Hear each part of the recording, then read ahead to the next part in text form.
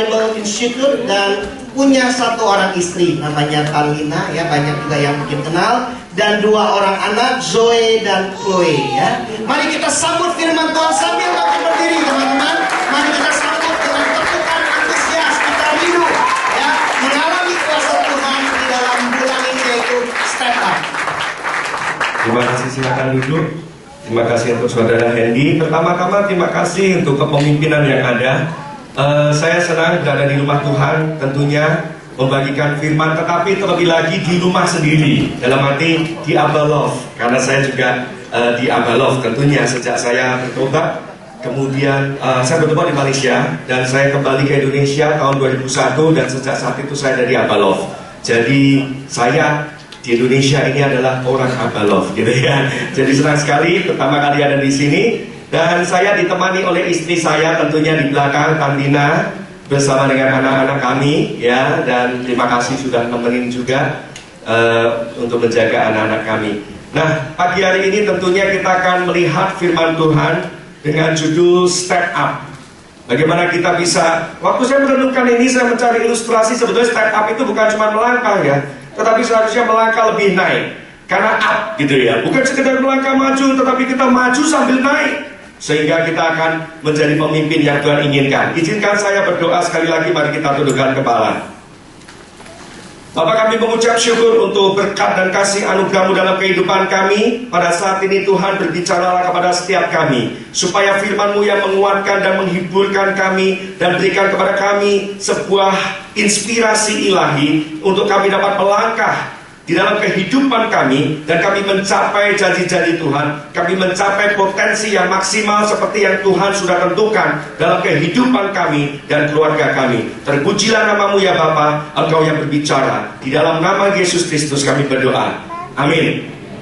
Nah, pada pagi hari ini dalam waktu yang singkat, saya akan membawakan sebuah firman. Dan kalau berbicara mengenai langkah maju, tentunya banyak sekali tokoh yang kita bisa ambil di Alkitab. Tetapi saya suka berbicara mengenai terobosan ataupun step up ini, memikirkan sebuah satu kisah dan juga seseorang tokoh yang luar biasa. Sebetulnya jarang dibahas mungkin, atau dia juga tenggelam dengan pesona ataupun karisma dari pemimpin sebelumnya, seniornya. Tetapi tidak bisa dipungkiri, dia adalah seorang panglima yang besar. Boleh dibilang dia adalah panglima yang terbesar di seluruh bangsa Israel, di sepanjang sejarah Israel. Dia itu ahli strategi, dia itu orang yang suka berperang, dan dia punya roh yang luar biasa. Tentunya kita tahu siapa namanya, Yosua.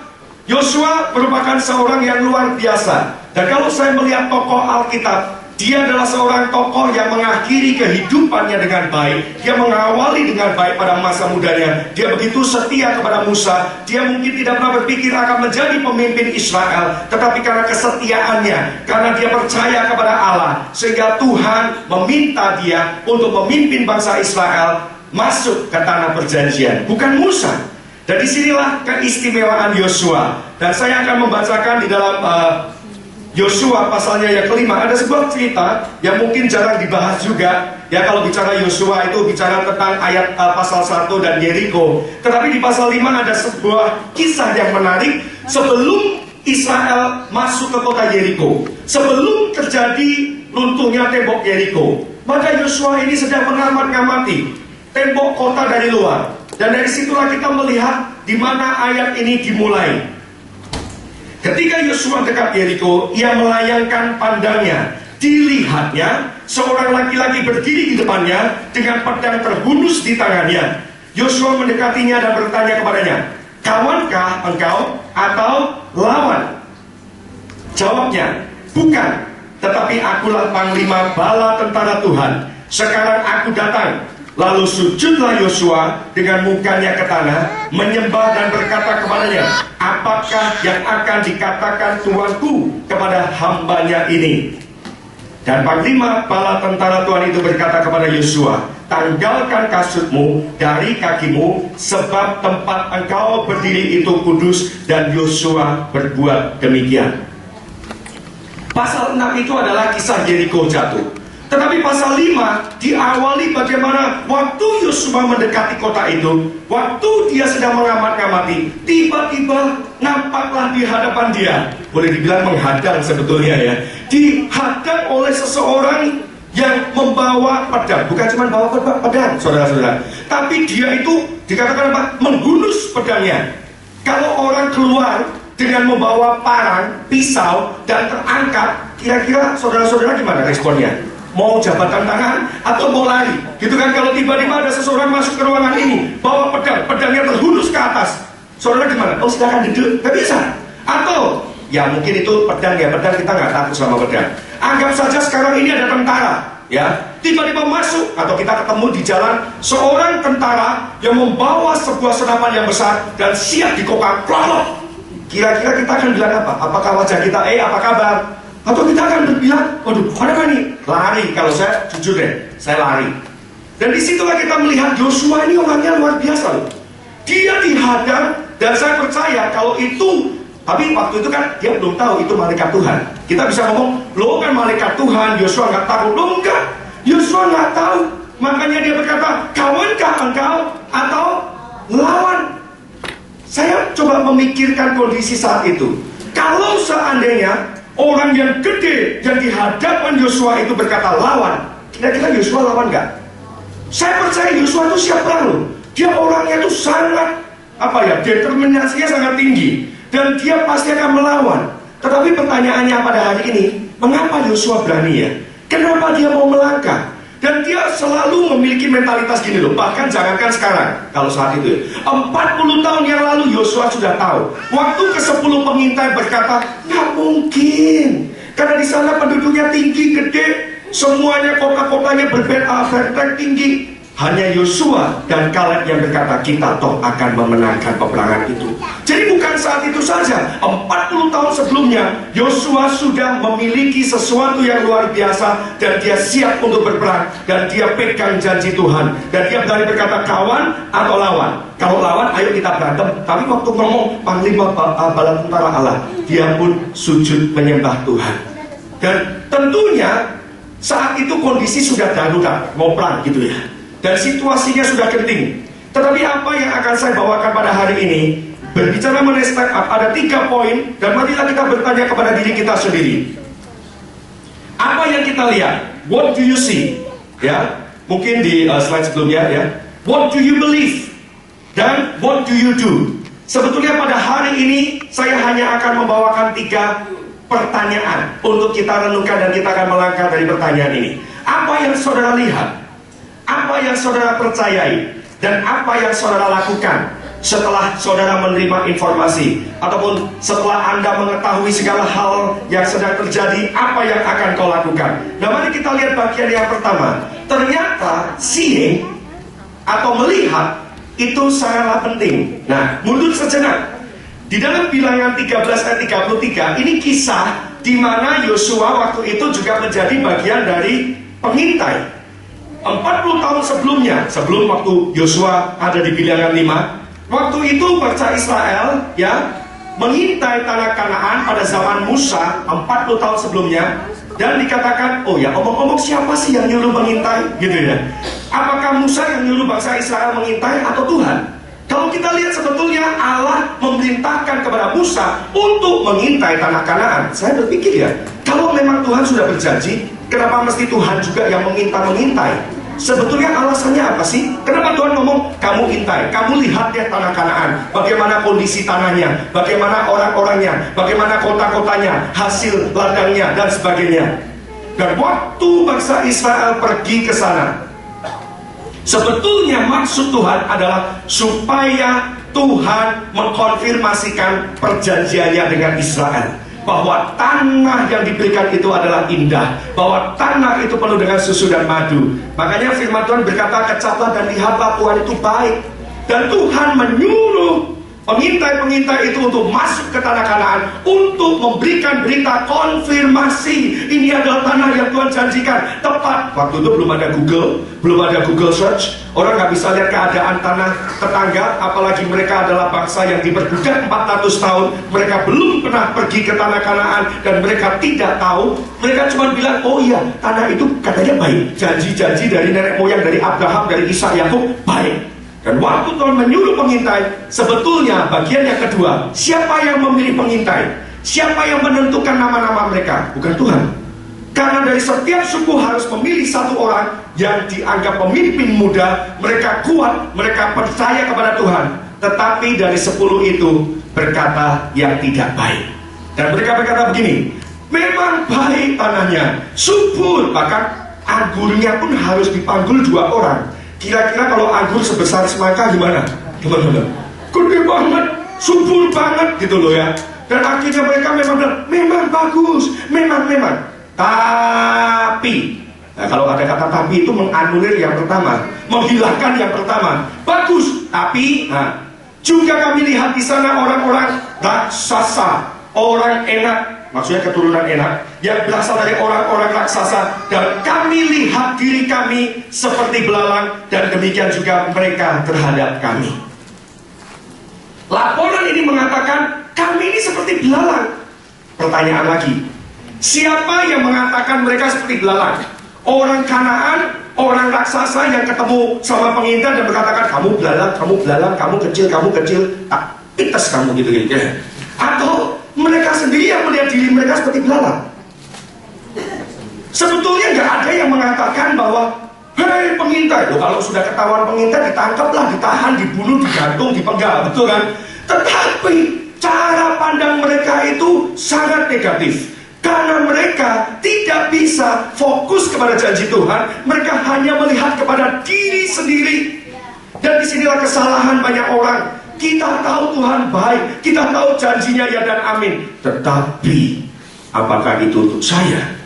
Apakah mungkin saya bisa mendapatkan pasangan yang terbaik? Tetapi, kalau udah tapi, udah susah deh. Ya kan? Yang ternyata orang-orang Israel pengintai itu gak ada yang mengatakan mereka seperti belalang. Mereka sendiri yang melihat diri mereka. Mereka ngaku kok, kami lihat diri kami seperti belalang. Dan demikian juga mereka terhadap kami. Maksudnya apa? Mereka melihat musuh itu begitu gede.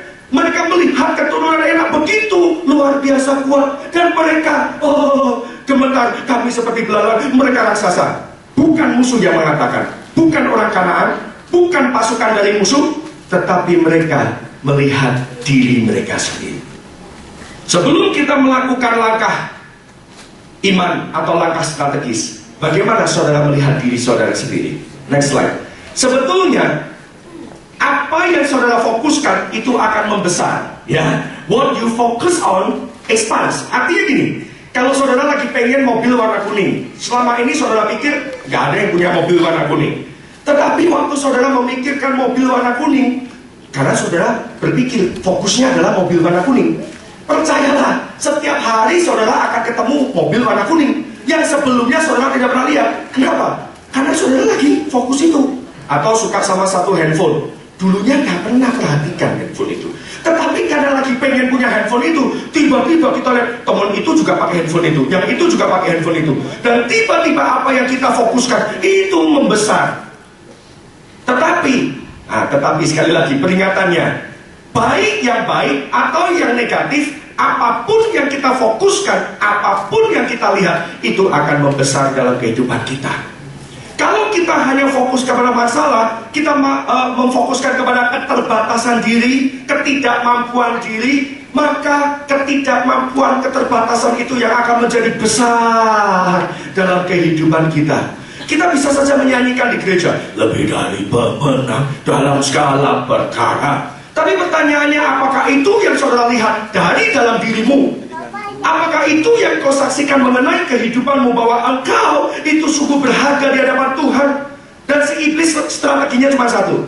Teman-teman, iblis itu cuma satu strateginya, yaitu untuk menurunkan value dari kehidupanmu.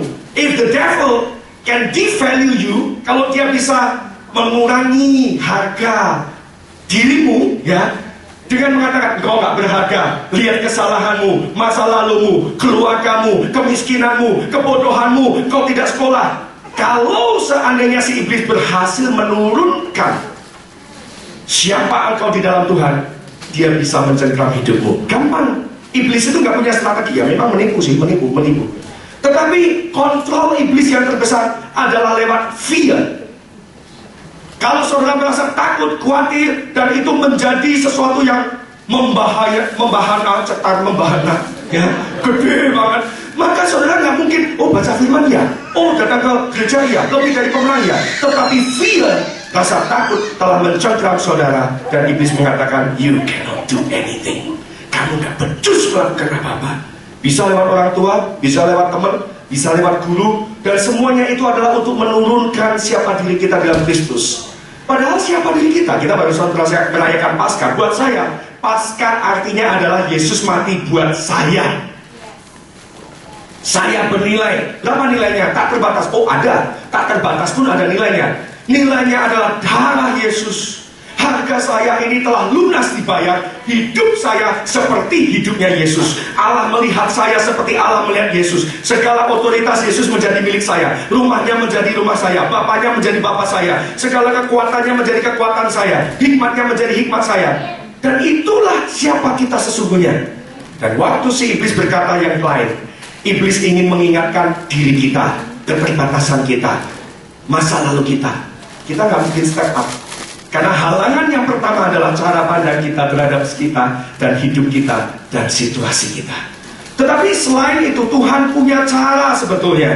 Dia menginginkan supaya kita fokus kepadanya. Kita melihat segala sesuatu lewat kacamatanya, bukan kacamata kita. Kita tidak bisa melihat diri kita sendiri. Kita melihat Allah yang hidup. Dan oleh sebab itu kita pegang janji-janjinya. Kita melihat masa depan seperti yang Allah sudah berikan kepada kita. Aku memberikan kepadamu masa depan yang penuh harapan. Ambil itu. Lihat itu bahwa itu adalah masa depanku. Itu adalah janji Tuhan. Oleh sebab itu ya Yosua itu nggak takut. Yosua sudah mendapatkan janji Allah. Kemanapun engkau melangkah, aku akan menuntun engkau. Jangan takut Yosua. Dan aku sudah. Nah bahasa Inggrisnya sebetulnya the land I have given you. Tetapi kalau bahasa Indonesia, kemanapun engkau akan melangkahkan kakimu, akan kuberikan tanah itu. Tetapi sesungguhnya aku telah memberikan tanah itu kemanapun engkau melangkah. Jadi Yosua menerima janji Tuhan. Dia melihat dirinya sebagaimana Tuhan melihat dirinya. Dia melihat dari kacamata perspektifnya Allah. Dan dia tidak melihat dirinya kurang dari apa yang Allah lihat dari dalam dirinya. Kalau kita bisa secure di dalam identitas kita bahwa kita adalah anak-anak Allah, maka persoalan yang lain akan kelihatan lebih kecil. Waktu kita berkata Allahku lebih besar, ya benar. Fokus saudara kepada Allah, pada kekuatannya, kemampuannya, dan bukan kepada diri sendiri. Keberhasilan Yosua adalah karena dia berhasil melihat dirinya sebagaimana Allah melihat Yosua. Yang kedua, kalau berbicara mengenai setelah melihat, ya,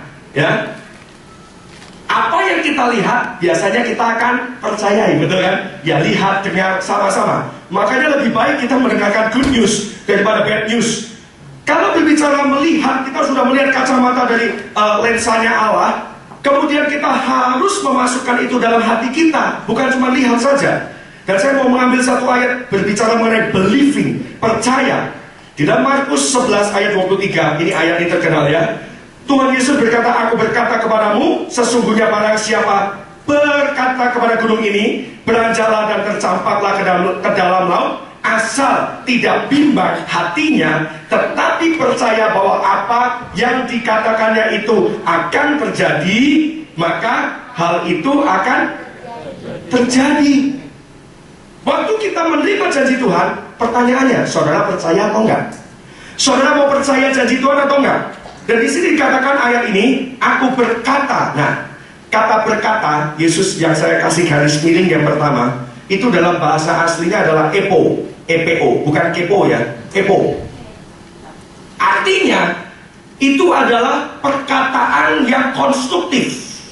Sesuatu yang membangun. Seperti kalau misalnya kita mau mendesain tempat ini, harus ada sesuatu yang kita lihat dan rencanakan. Sehingga waktu Yesus berkata, aku berkata kepadamu, artinya gini loh, dengar baik-baik bahwa apa yang aku akan katakan ini adalah untuk membangun kehidupanmu, membangun masa depanmu, bahwa sesungguhnya barang siapa berkata kepada gunung, nah gunung itu bisa saja tembok Yeriko tadi, bisa saja menjadi pasukan bala tentara Allah yang menghadangmu, atau persoalan. Gunung di sini dikatakan waktu engkau berkata. Nah yang kedua, berkata itu adalah dengan otoritas, yaitu dengan otoritas. Jadi ngomongnya jangan belanja. Waktu ketemu malaikat Tuhan, siapa kamu? Lawan atau kawan? Misalnya bukan malaikat Tuhan, musuh gitu ya. Lawan. Kamu pergi atau saya pergi? Kan sama dong. Ragu-ragu, kamu pergi deh, pergi. Nggak bisa. Tetapi waktu kita berbicara dengan otoritas, kita percaya dan kita ucapkan dalam hati kita, keluar dari mulut kita bahwa belanjalah, dan kita tidak bimbang karena kata-kata otoritas itu mengandung kuasa, maka persoalan itu akan selesai.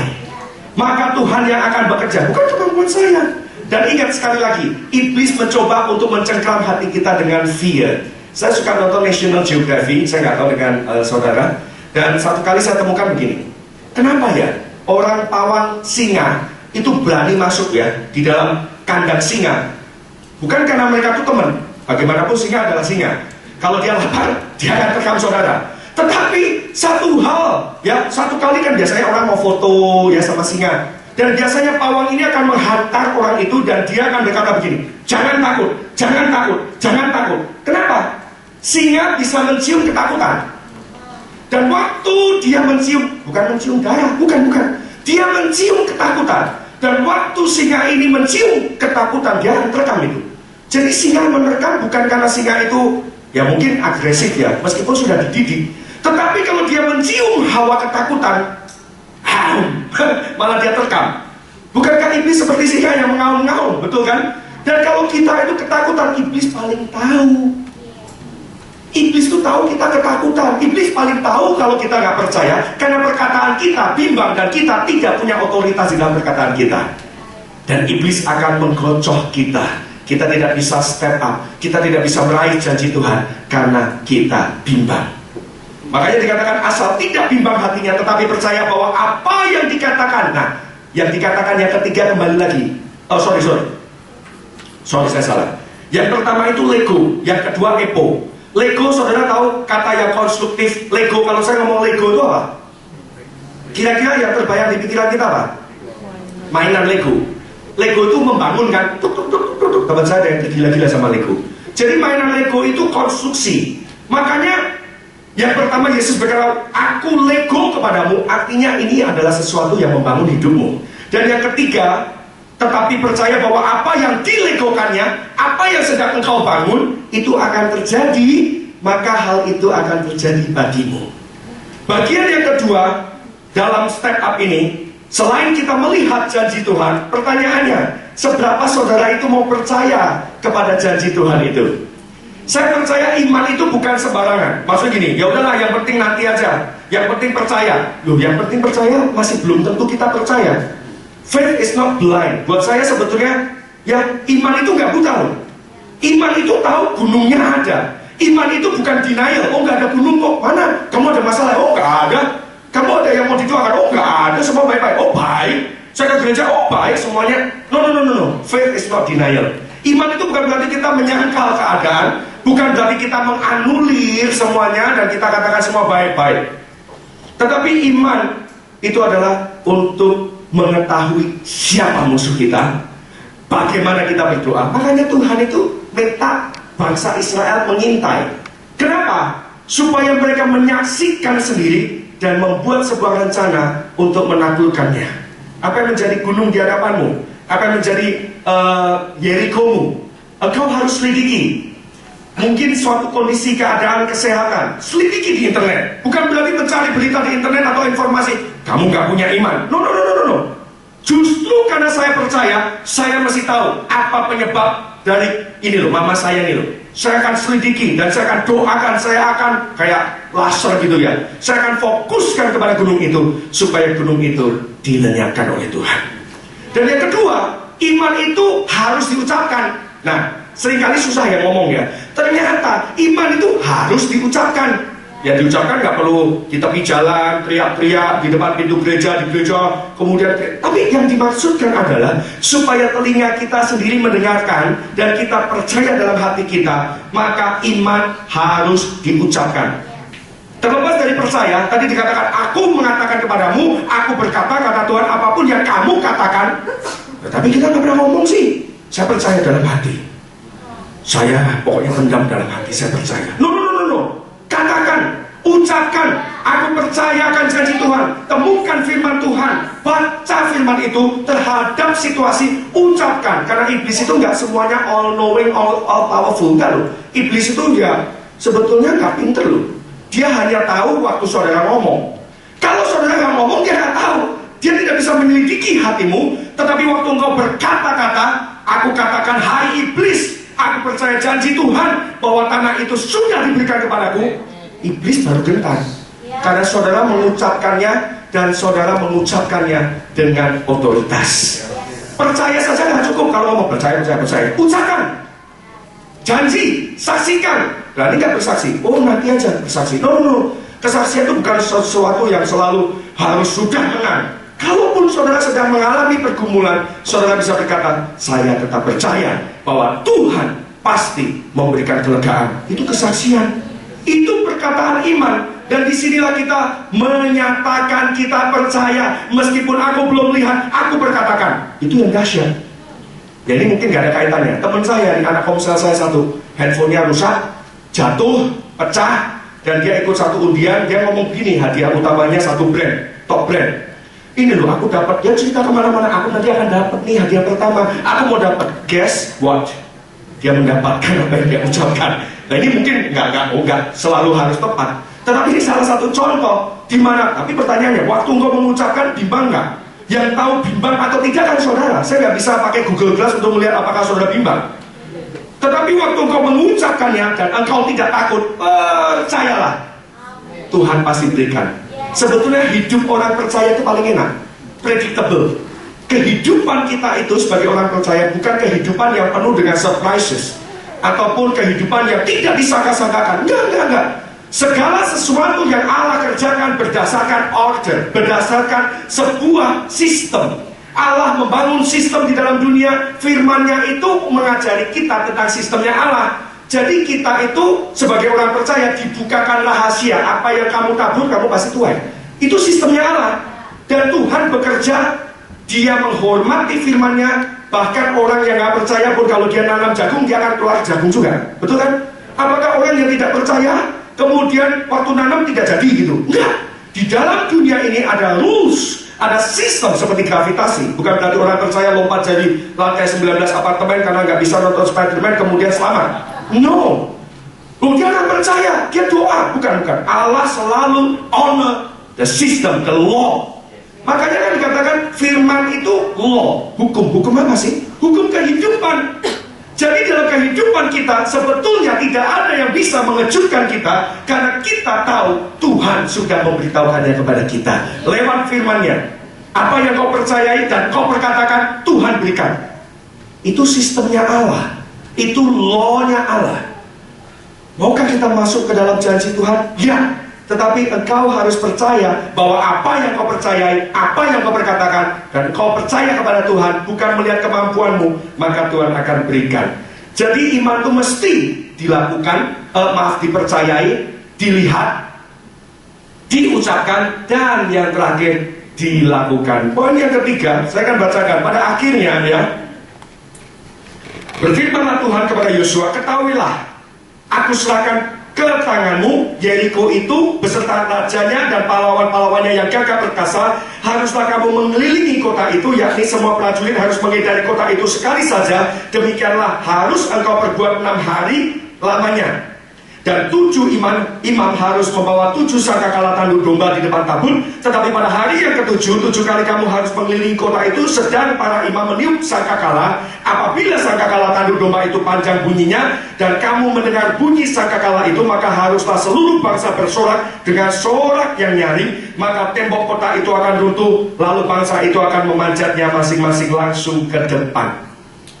Teman-teman, Tuhan memerintahkan sebuah strategi yang aneh, ya. Suruh kelilingi kota Yeriko, gak usah bawa pedang, gak usah bawa apa-apa, cuman bawa pemuji, penyembah, tabut perjanjian, kelilingi sekali sehari, sampai pada hari yang ketujuh, 7 kali, waktu trompet dibunyikan, maka engkau harus bersorak. Saya pikir strategi apa gitu ya? Kenapa Tuhan membuat strategi? Padahal kalau saya siap jadi martir Allah, saya ingin mencurahkan darah ini, supaya nama saya ditulis dengan tinta emas. Gak ada. Semua karena Tuhan. Tuhan hanya minta kita melakukan bagian yang paling sederhana, yaitu melangkah, dan Tuhan melakukan segalanya. Malaikat-malaikat Tuhan, saya percaya kalau kita punya kacamata rohani yang bisa melihat alam roh, sesungguhnya Tuhan sudah menempatkan malaikat-malaikatnya di sekeliling tembok Yeriko, sehingga waktu sangkakala dibunyikan, sorak-sorai itu diteriakan, maka malaikat itulah yang menarik. Kalau ada tali-tali ya, saya bayangkan ya, itu malaikat Tuhan. Loh, kenapa malaikat Tuhan? Bala tentara Allah sudah ketemu sama Yosua. Kami ada di sini, kami akan berperang bersama dengan kamu. Berarti siapa yang menurunkan tembok itu? Malaikat.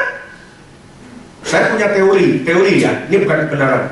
Jangan-jangan 40 tahun sebelumnya, waktu Musa menyuruh ke-12 pengintai itu melihat sosok yang gede-gede. Kemungkinan yang dilihat bukan keturunan enak. Mereka ketakutan. Waduh, ada gede-gede bawa pedang terhunus. Mereka lari. Mereka bilang gak mungkin. Dan malaikat itu sudah 40 tahun nunggu kemana nih orang-orang. Udah capek nih. Kapan harus diruntuhkan nih? Malaikat itu nongkrong, beli Starbucks dulu, baca koran. 40 tahun kagak ada yang datang. Coba kalau ada yang datang, berani gitu loh. Datang, coba kalau mereka teriak saja, kita tarik, karena kodenya adalah teriakan. Gak berani, gak datang 40 tahun. Malaikat itu telah nongkrong di tembok Yeriko 40 tahun, karena gak ada yang berani untuk mengklaim janji Tuhan. Gak ada yang berani untuk mengitari dan berteriak bersorak, menunjukkan imannya. Yang paling sulit, terserah. Mungkin ada yang di step 1 sulit melihat janji Tuhan. Nah, itu paling susah tuh, mau diapain? Change your paradigm. Lihat dengan kacamata Allah. Tetapi saudara tahu, saudara pikir ini bukan untuk saya, firman ini gak untuk saya, bukan untuk saya, gak mungkin. Berarti saudara ada di fase yang kedua, believing. Tetapi saudara tahu, saudara percaya, cuman sekarang tinggal melangkah nih. Aneh strateginya. Kok sederhana itu?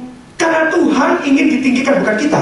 Kalau yang menang bangsa Israel, orang akan memuliakan bangsa Israel. Tetapi ketahuilah, bahkan Rahab perempuan sundal itu, poin yang terakhir, perhatikan bahwa Rahab perempuan sundal itu, dia waktu ketemu dengan pengintai generasi kedua, 2 orang yang disembunyikan di rumahnya. Kemudian Rahab ini naik ke loteng dan ngomong gini loh, sebetulnya kami sudah tahu bahwa Tuhan telah memberikan tanah ini dan kami sudah tawar hati. Kami itu sudah kecut hati. Bagaimana Allah telah menghangus bumikan, mengalahkan Firaun, bangsa yang besar, bangsa Mesir, dan Allah membelah Laut Merah, Allah menyerahkan 2 orang raja Amori, dan kami ketakutan. 40 tahun sebelumnya sudah diceritakan bagaimana Allah Israel, bukan bangsa Israel, bukan karena mereka bangsa yang hebat, Allahnya yang hebat. Kami tahu bahwa Tuhanmu telah menyerahkan kota ini, maka tolong jangan bunuh, saya percaya. Sedangkan semua 40 tahun yang lalu mereka sudah ketakutan. Tapi bangsa Israel mengintai ini malah yang ketakutan. Kami seperti belalang. Mereka ketakutan, dia juga ketakutan. Aneh kan? Ini yang terjadi. Rahab pun sudah tahu. Oleh sebab itu dia percaya dan dia diselamatkan. Poin yang ketiga, mungkin saudara perlu melangkah, melakukan sebuah bisnis yang baru. Melangkah. Kalau engkau sudah menerima berkat dari Tuhan, engkau sudah menerima janjinya, engkau tahu janjinya. Cuma pertanyaannya begini loh, ayat yang mana yang saudara pegang? Bukan cuma percaya bisa, Tuhan berkati. No. Ayat yang mana? Apakah Tuhan sudah berbicara kepadamu? Apakah engkau sudah quiet time dengan Tuhan dan engkau tahu apa yang Tuhan kehendaki dalam kehidupanmu? Dalam persoalan ini, kalau engkau tahu apa yang Tuhan inginkan dalam kehidupanmu dan engkau melihat melalui kacamata Tuhan, nothing is impossible. Engkau tinggal melangkah, naik kelas. Satu kali saya dulu sebelum menikah, saya akan rangkum dengan saya waktu 5 menit. Saya berjumpa dengan istri saya, Anglina, ya, di Abalov juga. Lalu waktu saya udah lapor sama pemimpin, ya, Kak Seno juga udah tahu. Kemudian kami mulai ya PDKT. Satu kali istri saya bertanya kepada saya, kalau saya tidak bisa memberikan anak kepada kamu, masih mau nggak kamu kawin sama saya, menikah sama saya? Waduh, kalau nggak bisa kasih anak, mau menikah nggak? Kalau saya bilang enggak, batal lah. Ya. Tetapi kalau saya ngomong ya, mau, saya juga menipu diri saya. Saya punya janji Tuhan, saya akan menjadi seperti Abraham. Keturunan saya itu seperti anak panah di tangan pahlawan, dan itu kerinduan saya. Tetapi saya bingung, saya katakan, Tuhan help me, gitu ya. Tuhan berikan hikmat. Kita menikah kan bukan karena anak, kita menikah karena visi Tuhan, supaya kita juga bisa saling melengkapi dan kita melayani Tuhan. Anak itu buah dari Tuhan. Saya katakan demikian saat itu. Dan waktu itu saya tanya, kenapa kamu tanya pertanyaan yang sulit? Kalau saya salah jawab kan runyam kan. Dan dia ngomong, karena ini kondisi saya. Karena sejak saya masih remaja, 20-an, 21, dia didiagnosa punya PCO ya untuk wanita. Jadi PCO itu sindrom atau ya istilah itu simpelnya saya juga nggak tahu gimana teknisnya. Tetapi simpelnya adalah istri saya tidak punya sel telur. Jadi dia sudah menopause. Bisa dikatakan menopause dini. Setiap bulan tidak kedatangan tamu. Bukan cuma telat, bukan telat 2 bulan, ini 2 tahun, 3 tahun nggak pernah dapat. Sehingga waktu saya mengetahui kondisi itu, saya tertekan juga. Tuhan ini, Yeriko saya ini gunung yang saya harus kalahkan dengan iman. Tetapi saya melihat janji Tuhan. Saya berkata, Tuhan, Engkau sudah berjanji, kalau aku setia kepadamu. Itu yang sudah saya terima. Bukan saya ngotot sama Tuhan, tetapi ini adalah janjimu Tuhan. Dan kemudian saya believe, I want to believe in you Lord. Terlepas dari situasi giant apapun juga, saya mulai ucapkan, ya. Dan saya mendapat tema dari Tuhan, Galatia 3:13, bahwa Kristus telah tergantung mati dan Dia sudah menanggung kutuk-kutuk kita, sehingga setiap kutuk sudah dihancurkan. Itu pengertian saya. Kembali, ini adalah pribadi demi pribadi. Jadi saudara tinggal ambil contoh yang aplikasinya. Tetapi ayat itu berbicara kepada saya, dan saya mendapatkan Ulangan 28. Kemudian saya ucapkan berkat kepada istri saya katakan bahwa rahimmu diberkati, engkau akan memiliki anak, engkau memiliki benih. Karena saya sudah tahu, saya melihat report dokter, saya tahu perkataan dokter, almost impossible. Itu kenyataannya. Tetapi saya mau percaya dari lensa iman Allah, dan Allah sanggup melakukannya. Saya ucapkan kepada istri saya sebelum tidur, kami berdoa. Saya tumpang tangan, saya perkatakan dengan otoritas, dengan epo. Saya membuat konstruksi kehidupan saya bahwa Tuhan akan memberikan anak, bahwa Tuhan akan memenuhi janjinya. Saya perkatakan, dikuduskanlah rahimmu, diberkatilah engkau seperti wanita-wanita yang lain. Singkat cerita, 1,5 bulan kami mau pergi ke Sumba, mission trip. Saya cari perkara sih, liburan, saya perginya bukan ke Bali tapi ke Sumba. Saya bilang sama istri saya, kita akan ke Bali tapi transit, kemudian kita ke Sumba. Gak ada apa-apa di sana. Malam hari sebelum saya berangkat, digerakkan hati saya waktu dinner dengan mertua saya lewat satu toko obat untuk beli test pack. Sebelumnya sudah 2 kali saya cek test pack dan istri saya hampir menangis setiap kali. Dan saya pikir, udahlah gak usah lagi, pokoknya percaya. Tapi hari itu digerakkan untuk beli test pack. Saya beli test pack, saya simpan di dompet saya. Dan waktu sudah sampai Sumba, 2 hari berikutnya, pagi-pagi saya bilang sama istri saya, coba dites dulu, kamu dapat dari mana test pack? Ya saya waktu sebelum berangkat malam itu saya beli test pack. Loh kok bisa? Ya cek aja. Dan waktu dites, garis 1 keluar dengan tegas, garis kedua muncul tapi tidak terlalu tegas, yang artinya saya bilang hamil. Tapi saya bingung, gak ketemu. Jangankan dokter, puskesmas, dokter hewan pun susah gitu, apalagi dokter manusia. Jadi saya bingung mau cari di mana.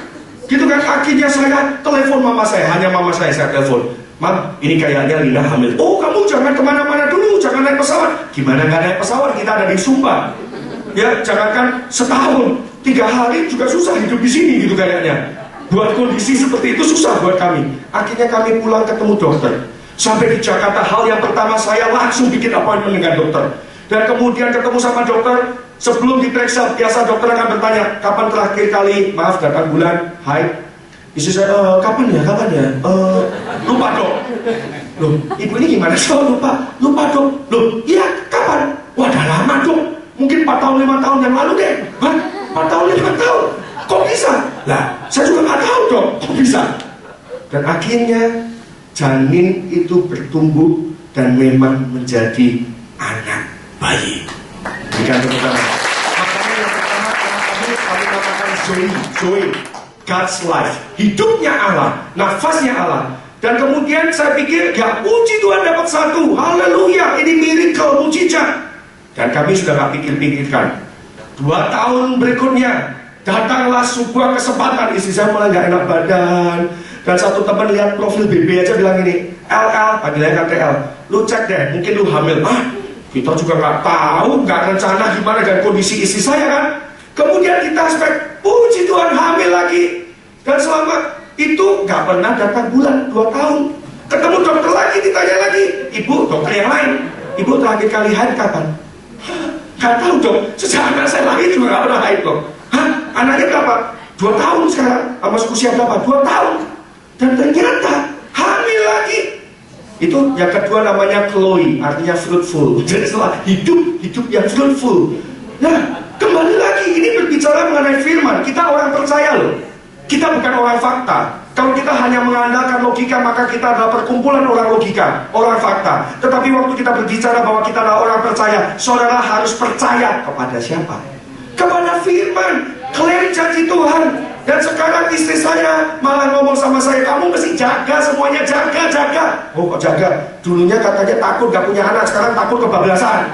Jadi kalau Tuhan memberkati itu sampai kita bilang, Tuhan bilang ini, mau satu lagi, cukup dulu, cukup, enough, you are more than enough for me.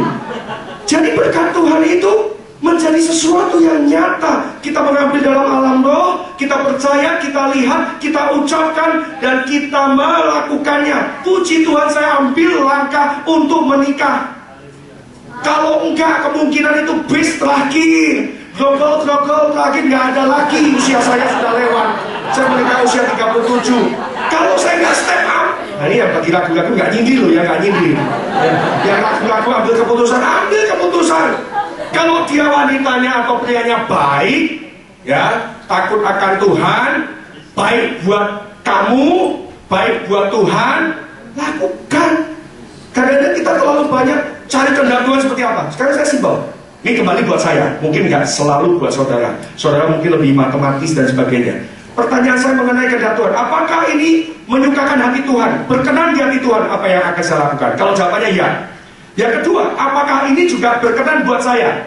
Waktu saya melakukan, I have passion, saya punya sukacita. Karena Tuhan bukanlah Tuhan yang menghukum kita mau jadi hamba-hamba, kita merasa tertekan, lelah, letih, berbeban berat. Bukan itu.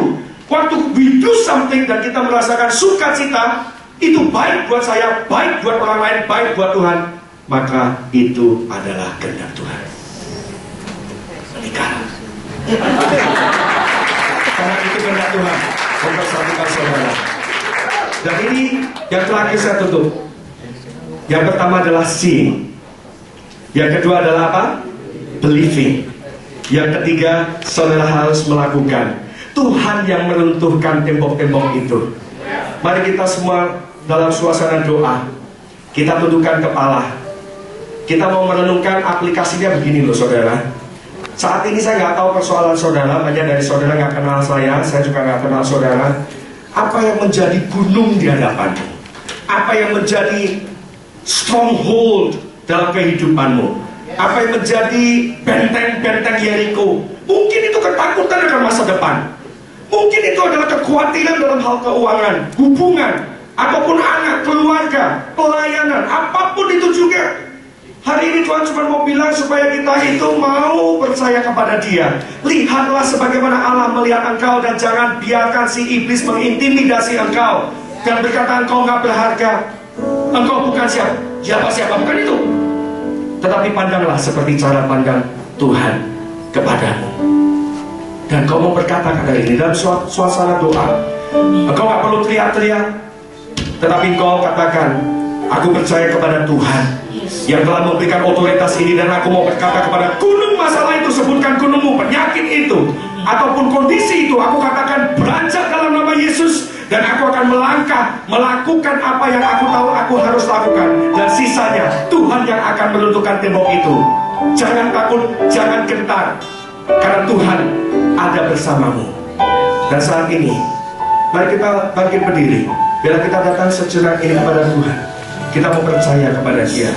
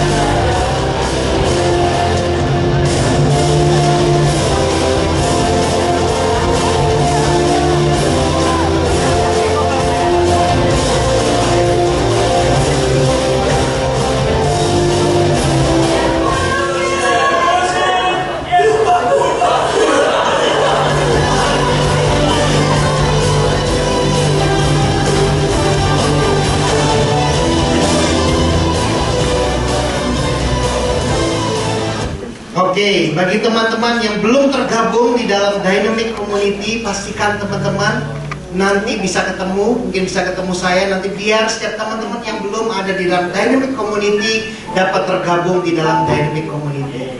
Ya, karena inilah gaya hidup kerajaan Allah. Ketika murid-murid pertama kali mereka bertekun di dalam persekutuan. Amin. Pastikan setiap kita tergabung di dalam Dynamic Community. Dan saya percaya sepanjang bulan ini teman-teman, saya sangat dikuatkan lewat pesan yang tadi disampaikan lewat Kak Arif. Sepanjang bulan ini kita akan mengalami step up bersama dengan Tuhan. Kita melihat janji Tuhan yang sudah diberikan kepada kita. Kita percaya, kita perkatakan, dan maka ketika kita lakukan, tidak ada yang mustahil bagi Tuhan. Saudara, beberapa bulan yang lalu saya melihat video orang Jericho, ternyata nggak kayak raksasa. Mungkin juga, benar juga saya waktu Arif ngomong, mungkin melihat malaikat Tuhan yang tinggi besar, karena harus narik tembok, saudara ya. Dia bilang karena Allah lebih besar dari tembok Jericho ya. Juga ada beberapa info, saudara. Kita akan mengadakan simponi ya. Bukan hanya di satu tempat. Kalau dulu kita mengadakan di satu tempat, sekarang kita mengadakan di 3 tempat. Kenapa? Karena kita dari berbagai lokasi, kita rindu lebih banyak lagi orang yang berdoa. Dan ketika kita berdoa, kita akan ngalamin Tuhan. Amin. Kita akan mengadakan untuk yang wilayah utara dan barat di hari Selasa 13 Mei jam 7 di Home Fluid.